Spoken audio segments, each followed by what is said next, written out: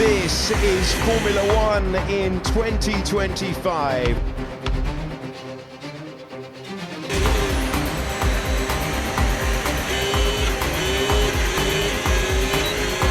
Separated by nothing to 200 miles per hour.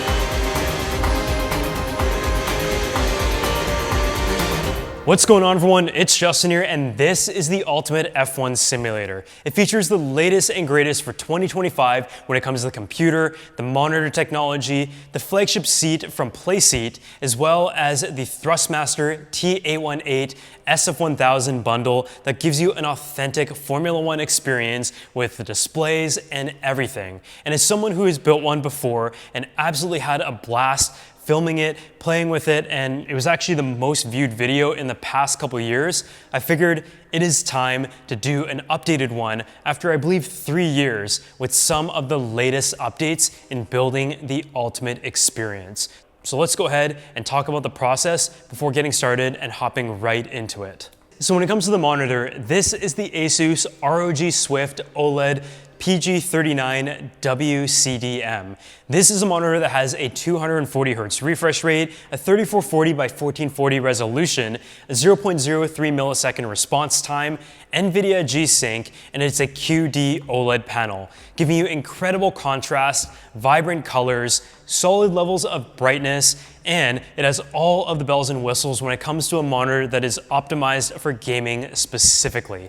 On top of that, the way it works hand in hand with the GPU and the computer is amazing, but most of all, it gives you an immersive experience when it comes to delivering that curve that you need in any F1 sim. If you remember from my sim before, it was actually a much larger display, a Samsung Odyssey, and even though I really enjoyed that, I found that it was actually just too wide at some point, and so for this setup, I went with a more manageable 39-inch monitor that is still wide but tall enough and really a perfect ratio to play racing and simulator games while not taking up too much horizontal space. So this monitor is just really good for anyone who is looking for an immersive gaming experience, but on top of that, the colors are incredible and it really delivers the top tier experience for this year. So when it comes to the computer powering this entire setup, it is the ASUS ROG G700 flagship for 2025. It is a pre-built PC that I've been waiting for quite a while, and I'm so excited that it is finally here.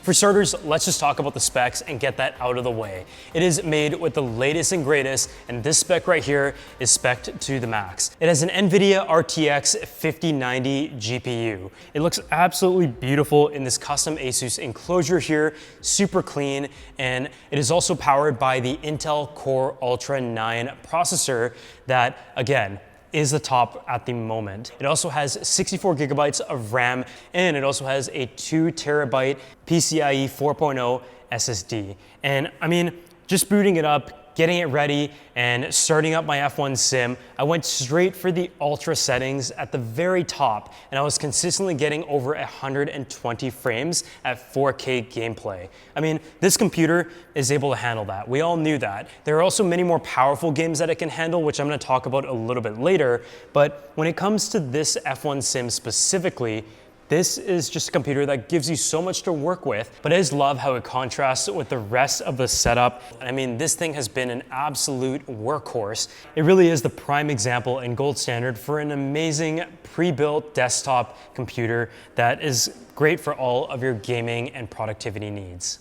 So when it comes to the direct drive setup for this simulator as well as the wheel, I went with the Thrustmaster T818 and the SF1000 Formula One edition. It's really the one for any Formula One enthusiast out there. And in my previous setup, I actually had a steering wheel and direct drive setup from Fanatec, and I really liked that one. I felt like that gave a professional level of experience, amazing feedback. It was very precise, but it definitely needed quite a bit of fine tuning from my experience and just a bit more than I wanted to tinker with. And so I went with the Thrustmaster. Previously, I found that it was a bit too arcade-like and more so for like console gaming, but I saw that they had released a T818 direct drive system, and so I thought I would give it a try for this setup. And honestly, it has been really good. This combination is able to deliver quite a bit of power. The setup was very easy. You get to enjoy all of the lights and this display right here, which is really what brings home this experience. And on top of that, it just doesn't really need much setup at all, aside from downloading some updates. And as soon as you start up the F1 game, it is almost like the match has already been made. From an aesthetic standpoint, you can customize the elements such as the cover, the LEDs. You have a 5-second little quick release right here to be able to take off your steering wheel if you want to play other types of gaming. The T818 doesn't limit you to just the steering wheel specifically, but it is the bundle that I personally went with. And I also paired it with the LCM pedals from Thrustmaster as well. This steering wheel honestly has been awesome. It did take a bit of adjustment because it's a bit bigger than the one that is from Fanatec, but I just love having all of these little like stickers and animations. It just feels so authentic. And even though some might argue that, it might seem a little bit more on the amateur side as opposed to some of the more professional setups out there, I'm just someone who's trying to have some fun as a Formula One fan, and I feel like this is a very good balanced experience for those who want a professional-like experience, but still want all of the fun elements of Formula One to play with that game specifically. And it's also compatible with your Xbox or your PlayStation, so that is also a nice touch if you want to shift it around. Generally speaking, I just have it connected to the PC, and as long as you follow the instructions closely, which I didn't really the first time, the setup shouldn't take more than 5 to 10 minutes. So when it comes to picking a seat for your setup, I think it really starts from deciding what game you're going to play. If you want like a general racing chair, then there's many options out there. But if you want one that is specifically to Formula One, like I did, it really comes down to Playseat. And they have 3 different models: the Instinct, the Formula, and then they also have the Intelligence. This right here is the Playseat Intelligence Formula One Edition. You might have seen that they make them in many different themed and licensed colors, from like Mercedes to Red Bull to Ferrari. And in this case, I just wanted one that had the general F1 theme with the white frame. And I feel like it has a lot of specific improvements that I really like over the other model that I had, and it really comes down to the durability. The core frame is almost like a roll bar in a car that really holds the center of gravity of this build, and as you're gaming and using your direct drive, it doesn't like shake at all, even as you move along, and it is made out of an anodized aluminum structure.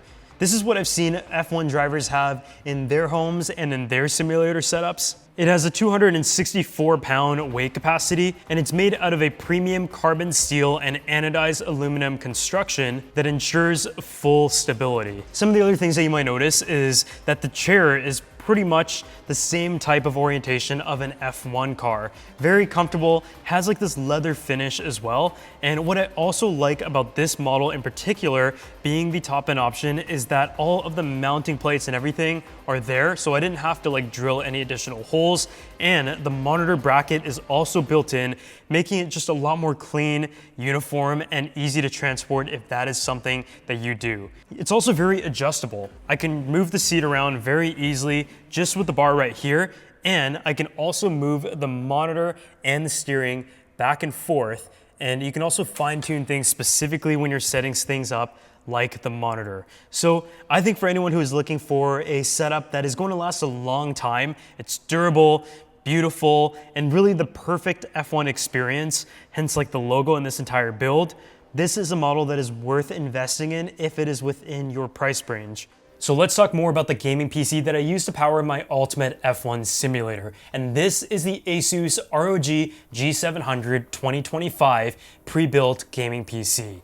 I feel like a lot of times when people hear pre-built, there's sort of like a misconception of it being inferior, or maybe you're overpaying for a computer that has been put together. And I know there is a lot of people who can build their own computers, but I would say personally as a consumer, I'm kind of in the middle. I know how to do the fundamentals of building a gaming PC, but at the same time, I also just like to go ahead and buy a pre-built gaming PC from a company that I fully trust to build the best combination possible with the latest specs and the best tools and parts that they make. This right here has the NVIDIA RTX 5090 with 32 gigabytes of GDDR7. It also has the Intel Core Ultra 9 processor that is able to be overclocked up to 5.7 gigahertz. And on top of that, 64 gigabytes of RAM that you can upgrade up to 128 gigabytes, PCIe 4 NVMe SSD that can also be compatible with PCIe 5, a 1000 watt power supply.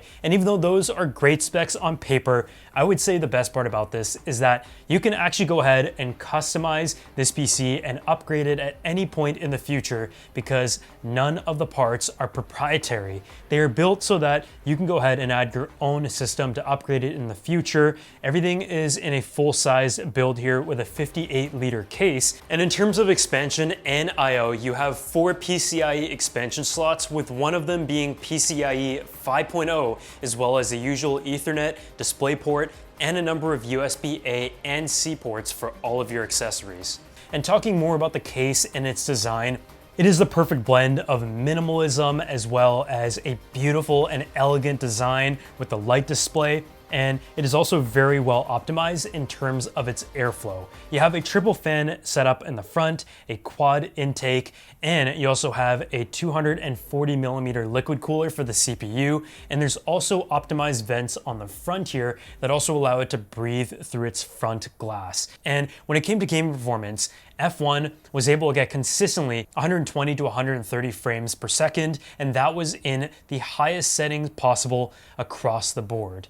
This gaming PC, of course, thanks to the NVIDIA 5090, has DLSS 4, NVIDIA Reflex 2, NVIDIA Ace, and NVIDIA Studio tools, as well as a slew of AI tools for gaming, for creatives, and for streaming. Just when it came to pure performance, it was incredible. And I'm the first to admit that F1 maybe isn't the game that fully takes advantage or requires a PC of this demand. But if you are someone who does a lot of intensive gaming and want to be able to just unleash your settings to the max, do some creative work, video editing, game development is also a very important one for custom built PCs. This is a PC that you know you can purchase and it is ready to go off the bat with the greatest specs, delivering ultimate power for your needs, not only now, but for many years to come with standard upgradable parts.